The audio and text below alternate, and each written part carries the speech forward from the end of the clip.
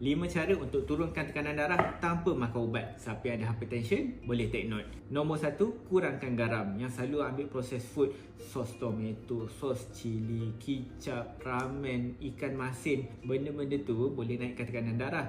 One stop je, tekanan darah boleh turun 5 ke 6 mm mercury. Nombor 2, bersenam 20 ke 30 minit sehari. Tak kisahlah nak brisk walk ke, berjogging ke, nak angkat berat ke, semua boleh. Tekanan darah akan turun 5 ke 8 mm mercury. Nombor 3, kurangkan air manis dan berat badan. Setiap 1 kg yang turun, boleh turun tekanan darah 1 ke 2 mm mercury. Lepas tu, fokus minum air masak sahaja. Nombor 4, kurangkan stres.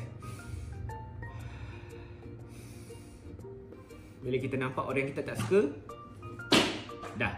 Nombor 5, keluarkan anak mertua daripada rumah. Kadang-kadang kita stres tengok duduk dalam rumah, atas sofa, tak buat apa-apa. Yang tu halau lah.